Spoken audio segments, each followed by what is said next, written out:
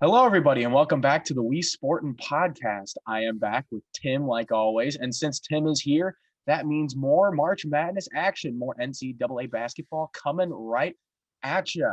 Our last couple episodes, we broke down the predictions of who we thought we were going to win first and second round. And as Tim can say, winces in pain. Going better for some of us than for others, but we'll get into that later. We already broke down the first and second round. Now we're going to be here with the Sweet 16 picks. Sweet 16 games start Saturday, and they continue into Sunday, and then they'll roll over Monday, Tuesday into the Elite Eight. And it's kind of crazy that this tournament is pretty much almost halfway done. Yeah, it's really been happening in a flash, and wild things have been happening. That's for sure. That is for darn sure. But now we're here on the second weekend. And before we break down our picks for the Sweet 16, and don't worry, Nico's not here again. He's doing what Nico does. But I do have his picks. So before we get into our picks, let's break down the records and how we're doing. Do we have to? Are you sure? Well, Tim, for continuity's sake, considering that we did in the second round episode, I think we have to here.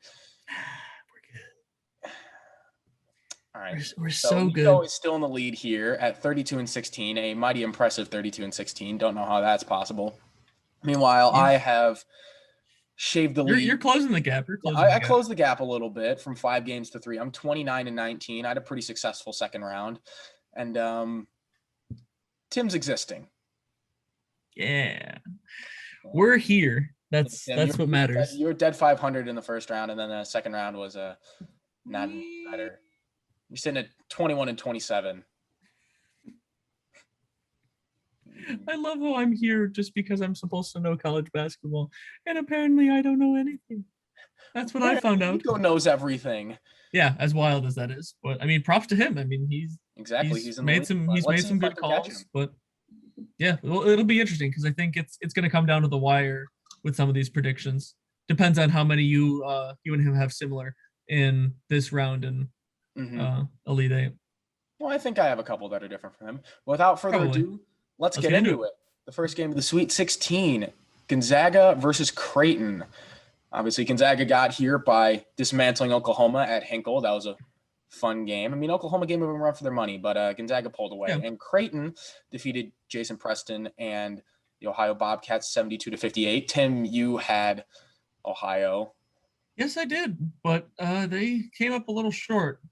I mean, I guess the game went similar to how I thought it was. I just thought Ohio was going to be able to do a little bit more defensively than they did. Creighton just scored a few more buckets than I thought. I thought the game was going to be able to be a little closer and that they were going to be able to pull it out. But Creighton put more shots in than I thought they would. So they ended up with a pretty comfortable win. And that's the name of the game, putting the ball in the hoop. And in this game of putting the ball in the hoop, Gonzaga versus Creighton, I have Gonzaga. Nico has Gonzaga. And Tim, you have Gonzaga? As do I. Yeah, well, Gonzaga hasn't lost yet. They know how to win. Creighton ain't going to stop them. And you know what? Simple as that. Gonzaga knows how to put the ball in the basket. That's for damn sure. Look at their last 2 games, 98 and 87 points. They can shoot the ball. And that is how you play basketball. All you got to do is score more points than the other team. So if they can keep putting the ball in the basket, their defense doesn't have to be great. That's true. The next game we have is a Pac-12 matchup. And one of the big storylines of this tournament is that the Pac-12 has not lost a game as a conference. What is it? That's just wild to me. 9-0, 10-0, something. I would never have predicted the Pac-12 to be the one dominating. Exactly. But now in this matchup pits USC against Oregon, and a Pac-12 team has to lose here. Yeah, literally. And how each team got here, USC pretty easily handled Kansas 85-51. Tim? They dominated them. I don't know what happened. Well, you picked Kansas, so what were you thinking? I mean, quite honestly, I guess when it comes down to defense-wise, I didn't think that USC was going to be able to lock down Kansas as much as they did. Now, granted, Kansas just missed shots down the stretch. They just didn't score nearly at will like they have been previously. I mean, they put up 93 in their first game. Obviously, that's against a not great Eastern Washington team, but I mean, to go from 93 to 51 in back-to-back games, that's pretty drastic. I was not predicting that much of a fall off, which is why I thought the combination of Kansas's offense a lot closer. Yeah, and I didn't expect USC to be able to put up 85 anyway. But yeah, they completely flipped the tables on me, and clearly Kansas wasn't ready straight from the jump. So USC just dominated them. Now on the Oregon side, that was a fun game. That was a wild, fun game to watch. They beat Iowa 95-80. And Tim, we had the same consensus that Iowa is one shooting slump away from being knocked out of the tournament. But it's not even that Iowa shot poorly in this game. They really didn't shoot that poorly. Oregon put up 95 points, and it seemed like every trip down the floor, they were flying high. They were shooting a three, putting the ball in the hoop. Duarte was just dunking it. Richardson dunking it. Omorugi out and just dunking it. Just everybody contributing. As much as Iowa would be able to cut back into that lead, it's just almost every other time down the floor, Oregon would have an answer. They'd have some sort of bucket. They'd have a shot. They'd go and get fouled, get some free throws. Everything was going for Oregon in that game, and Iowa just didn't have that same amount of momentum. They certainly didn't play bad, but they just couldn't match up with the absolute flamethrowers that were coming out of Oregon that day. And speaking of the flamethrowers, that is why I, in this game, am taking Oregon. Duarte, Richardson, Omorugi, we just talked about it. That crew is awesome. They are fun. They fly around. They move fast, and they will fly right into the Elite Eight. And this is one of the differences that Nico and I have. Nico has the Mobleys and USC, but Tim, like you did so many times in the second round video, split the difference. You saw how well that worked for me. I mean, I'm splitting the difference regardless, but this one's a really tough one for me. I really like watching that Oregon Iowa game. Obviously, you were there, you saw it in person, but I mean, I loved what I saw out of Oregon. They had things going for them right and left. The question for me is, will they be able to keep that up? And for some reason, my gut tells me this game that they're going to have at least a bit of a drop off. And I actually am going to side with Nico here and take USC. Yes. So as we've seen, that's probably a good sign for me, and that Oregon's going to win. Yes. I mean, I sided with you on some of the ones in the second round that didn't go my way. Yeah, that's also true. But you know what? I'm not going to preemptively jinx the Ducks. I'm rooting for them, but yeah, it's just the way that is bound to be a very entertaining. That'll be really, really fun. Now, the next game we have is Michigan versus Florida State, and Michigan pulled away from LSU late and was what was most of the way a close game. That was a fun game to watch. And Florida State, they beat Colorado pretty handily, 71-53. This game is something that I've been going back and forth on a while. I mean, each team has the ability to come out strong, and each team has the ability to fall completely flat. Oh yeah, 100%. And so originally, it's really kind of a pick 'em. Originally, I was going to say hail to the victors and pick Michigan, but I've had a change of heart. Michigan let LSU stick around for far too long, and I think Florida State is a better team than LSU. Although I don't like Florida State, I think if Michigan lets them hang around, Florida State's going to get out and bite them. They're going to find a way to eke out a win. Yeah, absolutely. Yeah, that's a very fair point. Nico has Michigan here, so another difference that we have. Tim, interesting. Who do you have?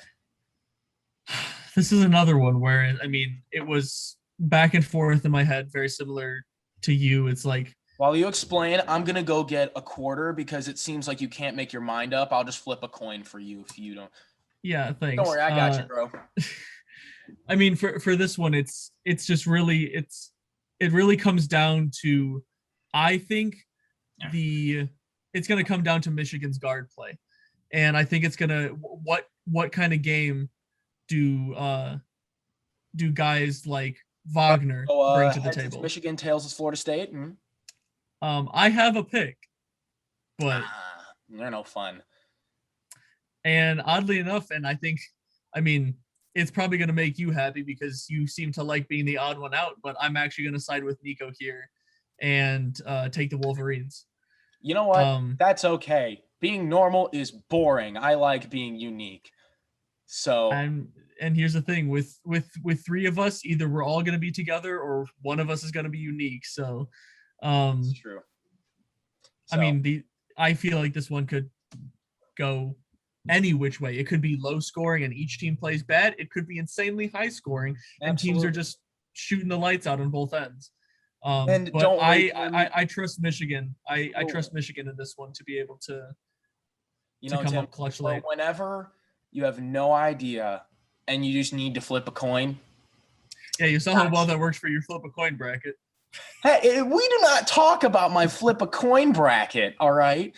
My flip a coin bracket is thriving. Ohio State may or may not have been the national champion in that bracket, all right? We don't – next game.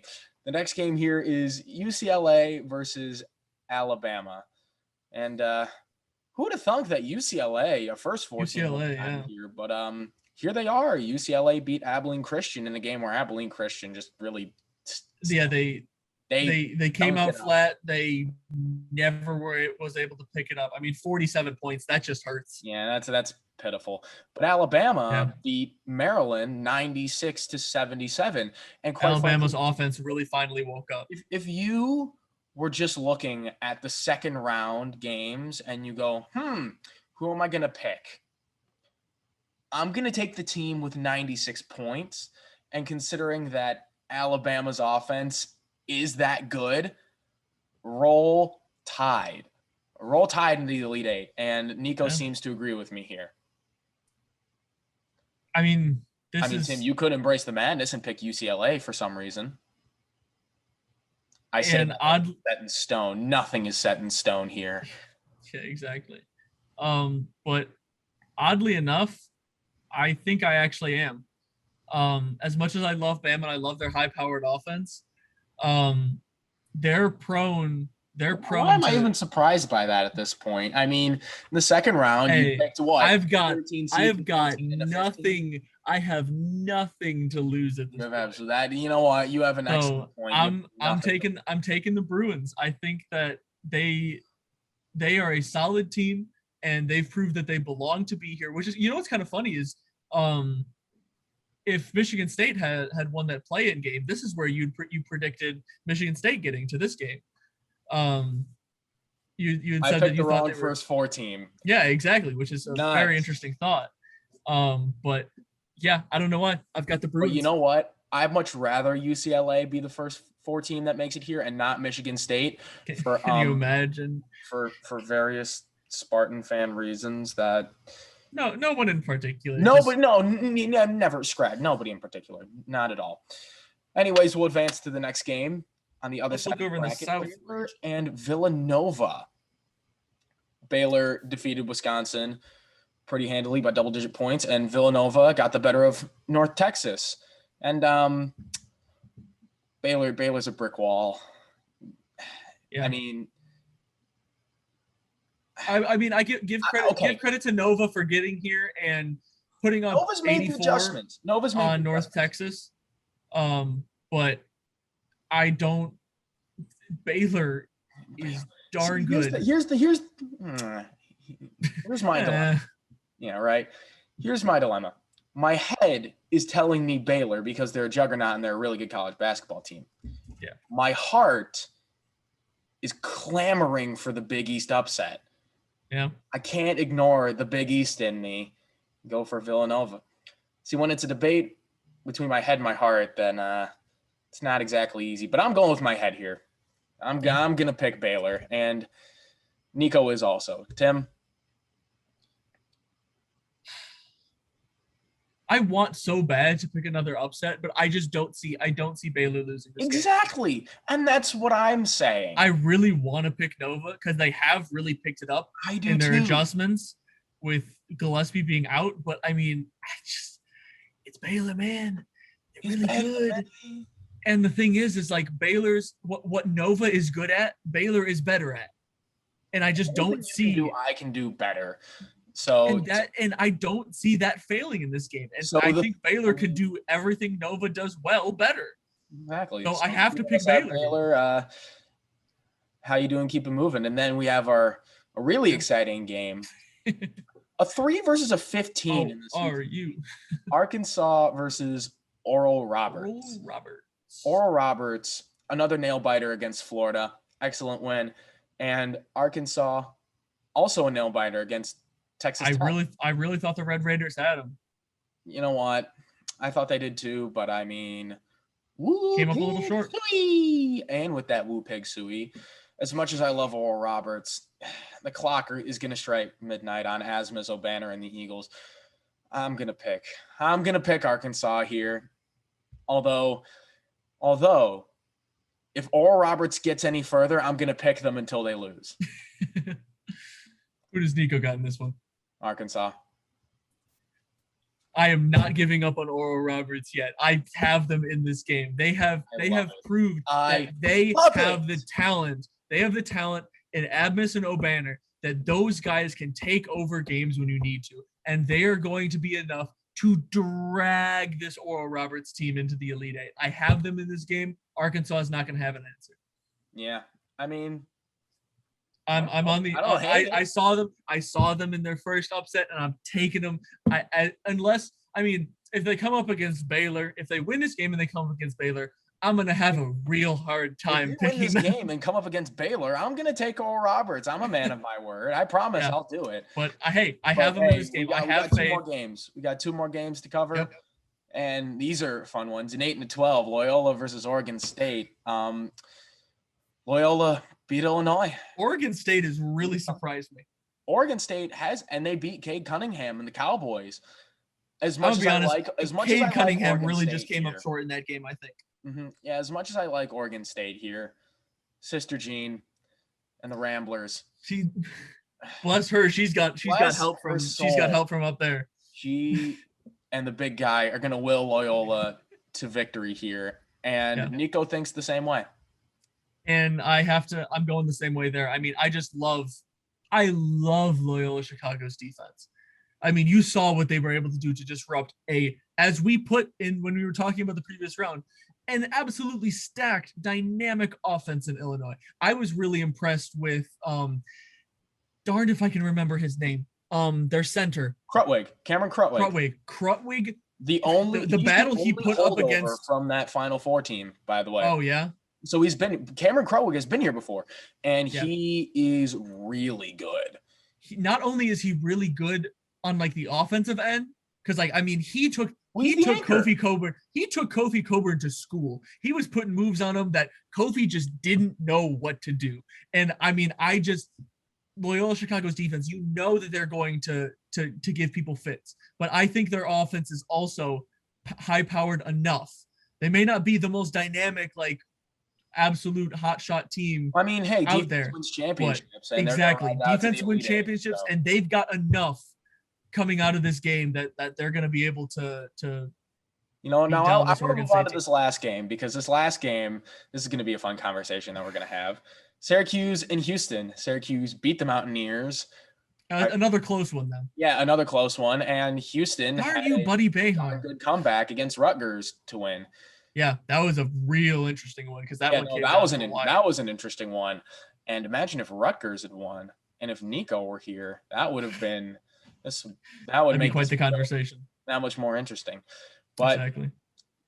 For me, I love Houston. I think Houston's an elite team, and you know how much I have gassed up this Houston team.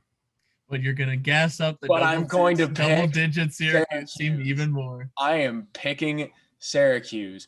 This Syracuse team has actually been here before. Jim Boeheim has been here before. 2016, the Orange and Malachi Richardson made a Final Four run as a 10 seed. And considering that Houston, they barely hung on to beat Rutgers. I mean, they showed great tenacity. They showed great fight. I got the Orange here. I'm embracing the madness on this one. Yeah. And Nico, for as much as he bashes Houston, he's picking Houston. Stuck with Houston? He's sticking with Houston. It's almost like role reversal. Yeah, he's gone back on a couple of things that he said, and I would love to hear what he has to say about that. But I'm actually going to go with him on this one. That's not Maybe I shocking. just have a personal vendetta against Syracuse because I picked the Mountaineers too. But I think this Houston team is going to have what it takes down the stretch. Hey, it's all right. You're going all overcome. in. You're going all in on Oral Roberts. I'm going all in on Syracuse. It's all Yeah, right. To each yeah. their own. I like this. I like this Houston team. I like their ability to close out games down the stretch and what they did against Rutgers. I think if the game ends up close against Syracuse, they're going to be able to do more of the same and pull one out here. You know what? Fair enough. And we'll see Fair how enough. these games play out, because that will do it for all of our Sweet 16 picks. We're in for some more treats. First round. Yeah, we've been here for the first round. We've been here for the second round. We're here for Sweet 16. We're going to be here for the Elite Eight. We're going to be here for the Final Four. And we're going to be here for the Natty. We're going the whole ride. All the way, baby. And going all the way. Thank all of you for sticking with us and supports us. Like, I know we don't say it enough, but without you guys, none of this is possible. And absolutely, you guys mean the world to us, and we love you. So we have more stuff coming. This is going to be a crazy week. We're going to have NBA, NFL, MLB, more college basketball stuff. So give a like, subscribe, share with your mom, your grandma, share with Tim's grandma, share with everyone. Oh. Hey, I mean, hey, with all this stuff, if you guys have opinions that alter with ours, that go with ours, you got hot takes, drop them down in the comments. I'd love to read and see what you guys think. Drop it in the comments. Call us an idiot. Call me an idiot. Anyone has the right to call me an idiot with my pick so far. So, well, you know what? We'll see how they play out. And until next time, we out.